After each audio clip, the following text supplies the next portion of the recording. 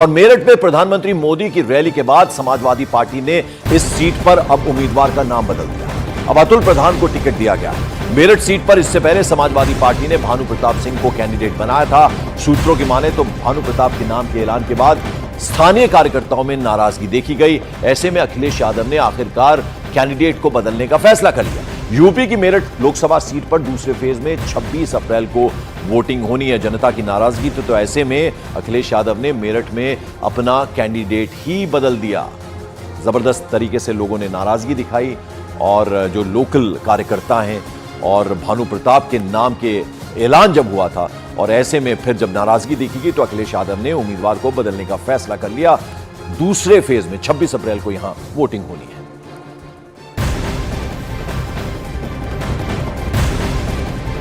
और morning prime में इस बीच बड़ी खबर आ रही है। जान से मारने की धमकी मिलने के बाद बांदा जेल अधीक्षक की अब जो सेफ्टी, उनकी सुरक्षा है वो बढ़ा दी गई है। जेल अधीक्षक वीरेश राज शर्मा के घर के बाहर सुरक्षाकर्मी भी तैनात कर दिए गए हैं। साथ ही साथ उत्तर प्रदेश एसटीएफ भी मामले की जांच में जुट गई है। बता दें आपको, बांदा जेल अधीक्षक को जान से मारने की धमकी मिली थी। अब वो कॉल जो है उसको ट्रेस किया जाएगा, उसकी जांच हो रही है। यूपी एसटीएफ इस पूरे मामले की जांच कर रही है। साथ ही साथ अतिरिक्त सुरक्षा दे दी गई है वीरेश राज शर्मा को। जेल अधीक्षक हैं बांदा जेल के, ऐसे में उनकी सुरक्षा जबरदस्त तरीके से बढ़ा दी गई है। जान से मारने की धमकी और ऐसी कॉल आई थी, कॉल ट्रेस की जा रही है और यूपी एसटीएफ अब इस पूरे मामले की जांच कर रही है और उनकी सुरक्षा में अब बढ़ोतरी कर दी गई है।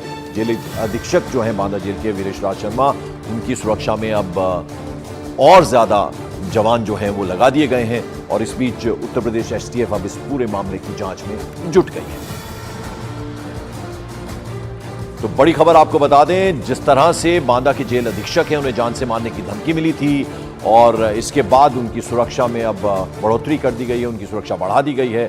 साथ ही साथ उत्तर प्रदेश एसटीएफ अब इस पूरे मामले की जांच करेगी। कॉल कहां से आया उसको ट्रैक किया जाएगा और आपको हम दिखा रहे हैं कि किस तरह से डॉक्टर वीरेश राज शर्मा, जब उन्हें जान से मारने की धमकी मिली तो अब उनकी सुरक्षा को बढ़ा दिया गया है और ज्यादा फोर्स लगा दी गई है और उत्तर प्रदेश एसटीएफ अब इस पूरे मामले की जांच करेगी। अमित सिंह हमारे सहयोगी हमारे साथ जुड़ रहे हैं। अमित, क्या अपडेट इस खबर के बारे में? सुरक्षा बढ़ा दी गई है और अब यूपी एसटीएफ जो है इस पूरे मामले की जांच में जुट गई। क्या बिल्कुल, देखिए जिस तरीके से जेल अधीक्षक वीरेश राज शर्मा को धमकी मिली थी उसके बाद उनकी सुरक्षा बढ़ा दी गई है और एसटीएफ को इस पूरे मामले में जांच करने के लिए भी आदेश दिए। फिलहाल जिस नंबर से फोन आया था वो नंबर काम नहीं कर रहा है। ऐसे में आशंका जताई जा रही है कि किसी ऐप के जरिए भी कॉल करके धमकी की गई है। बिल्कुल, तो जैसा कि अमित बता रहे थे कि अब सुरक्षा बढ़ा दी गई है और यूपी एसटीएफ अब इस पूरे मामले की जांच करेगी कि कैसे जेल अधीक्षक है वीरेश राज शर्मा, उनको धमकी भरा कॉल आया था।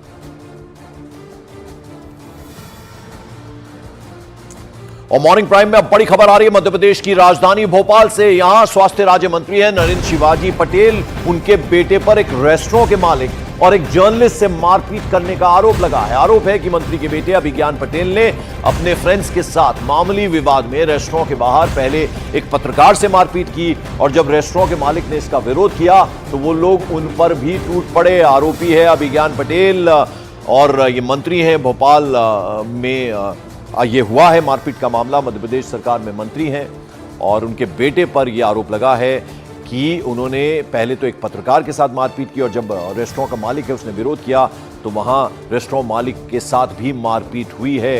तो मध्य प्रदेश की राजधानी भोपाल, यहां नरेंद्र शिवाजी पटेल स्वास्थ्य राज्य मंत्री, उनके बेटे पर यह आरोप लगा है।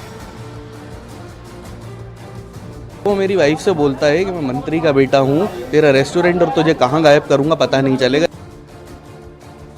और वहीं रेस्टोरेंट के मालिक के मंत्री के बेटे के खिलाफ शिकायत दर्ज कराने पर पुलिस ने राज्य मंत्री के बेटे अभिज्ञान पटेल और अन्य लोगों के खिलाफ केस भी दर्ज कर लिया। यानी मंत्री का जो बेटा है और उसके जो साथी हैं उनके खिलाफ अब बाकायदा केस दर्ज कर लिया गया है। रेस्टोरेंट है पास में, अम्मा बाबूजी का रेस्टोरेंट, वहाँ के जो मालिक जो दंपत्ति हैं उन्होंने ये शिकायत की है कि उनके साथ कुछ लड़कों ने मारपीट की, जिसमें एक अभिज्ञान पटेल और अन्य लड़कों के जो वहाँ पे मौजूद थे उन पर मुकदमा दर्ज हुआ है। अभी 4 लोगों को निलंबित कर दिया गया है और कारण ये था कि जो यहाँ पे अभिज्ञान पटेल और इन लोगों का आरोप था कि पुलिसकर्मियों द्वारा उन पर मारपीट की गई थाने में, तो इस कारण से उन्हें अभी निलंबित किया गया है और जांच में ले लिया गया है।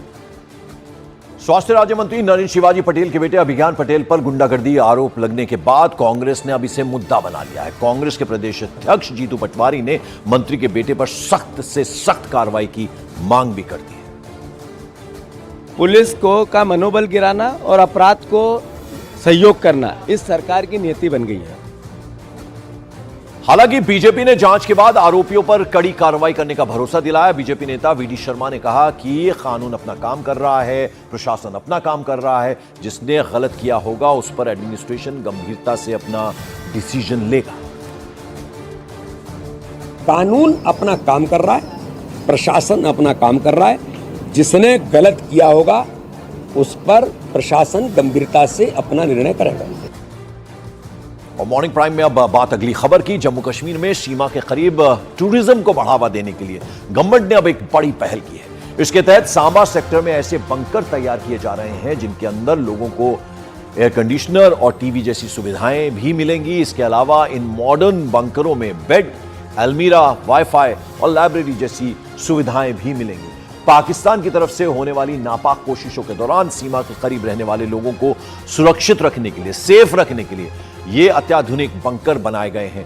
इनके अलावा इन आधुनिक बंकरों के जरिए सरकार अब पर्यटन को भी बढ़ावा देगी। हिंदुस्तान और पाकिस्तान इस सीमा पर घूमने आने वाले जो टूरिस्ट हैं उनके लिए भी इन बंकरों को खोल दिया जाएगा। आप देखिए अत्याधुनिक सुविधाओं से लैस है। इनमें एसी लगे हुए हैं, टीवी है और उसके अलावा वाईफाई है, लाइब्रेरी भी है, यानी किताबें भी पढ़ने के लिए उन्हें मिलेंगी। भारत पाकिस्तान सीमा पर ये बंकरों की सुविधा की गई है।